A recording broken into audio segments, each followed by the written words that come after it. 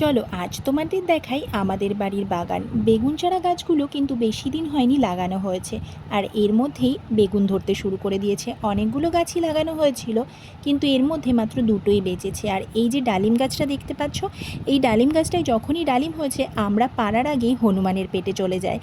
আর এদিকে আছে লঙ্কা চারা, স্থলপদ্ম, পাথরকুচি, আর এই লেবু গাছটা এটা আমার ভীষণ শখের। প্রায় 1 বছর আগে এটা লাগিয়েছিলাম, আর এই সবে মাত্র ফল আসলো। So hello everyone, welcome to my another mini blog. আজকের ব্লগটা একটু দেরি করেই স্টার্ট করলাম। এখন বাজে প্রায় বেলা 2টো। মিষ্টির খাবারটাও নিয়ে নিয়েছি, ওকে এখন খাইয়ে দেবো। ওপরে এসে দেখি মেয়ে আমার সমস্ত বোতলে জল ভরে রেডি করে রেখেছে। আজ ছিল মেনুতে ঝিঙে, ছেচকি, মাছ, আর এই দুটো আইটেম বোনদের বাড়ি থেকে পাঠিয়েছিল, আর আমি বানিয়েছিলাম পটল চিংড়ি আর ডাল। আর এদিকে মেয়ে আমার কোনোভাবেই নাম্বারিং করে টিভি চ্যানেল বার করতে পারছিল না। কিভাবে শেষমেশ টিভি চ্যানেল বার করলো তোমরা একটু নিজেরাই দেখে নাও। জবান। কি করছো তুমি এটা রিমোট নিয়ে? আমি জবান দেবো। তা রিমোটে তুমি কি চ্যানেল ধরতে পারো না? আসছো না। তাই জন্য স্পিকারে বলছো? মিষ্টিকে খাইয়ে দিয়ে এরপর আমরা সবাই মিলেই বসে পড়েছিলাম খেতে। আর আজকের মেনুটা তো তোমাদের আগেই বলে দিয়েছি, শুধু আজকে আমার একটা প্রিয় জিনিস হয়েছিল সেটাই তোমাদের বলা হয়নি, যেটা হলো খারকোল বাটা। উফ, যা দারুণ লাগে না! এটা হলে গরম ভাত দিয়ে এক থালা ভাত আমি এমনিই খেয়ে নিতে পারি।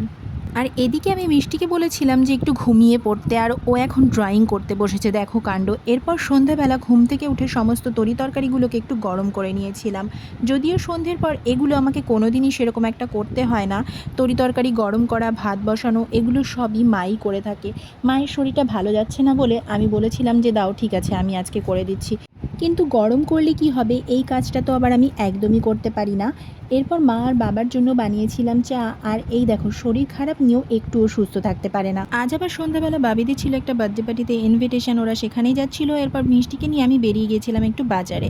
আর আসার সময় মিষ্টির দোকান থেকে এনেছিলাম সিঙ্গারা, আর এই কুর্তিগুলোকেই আনতে গিয়েছিলাম। আর এই চুড়িদারটা আমি বানাতে দিয়েছিলাম গ্লাস হাতা করে, যেটা আমাকে ফুল হাতা বানিয়ে দিয়েছিল। আর মিষ্টি ওর পাপার থেকে নিয়েছিল কতগুলো খুচরো পয়সা, আর পাপা এই বিস্কিটটা এনেছিল, আর মা বাবার জন্য এনেছিল একটা হরলিক্স। এরপর অনেক দিন পর সবাই মিলে বসে খেয়েছিলাম একটু মুড়ি মাখা, বেশ জমিয়ে তেল, চানাচুর, পেঁয়াজ দিয়ে। মা আর বাবা পেঁয়াজ খাবে না বলে ওদেরটা আলাদা করে দিয়েছিলাম। আর মিষ্টিকে নাকি এখনই ওই বিস্কিটটা খুলতে হবে।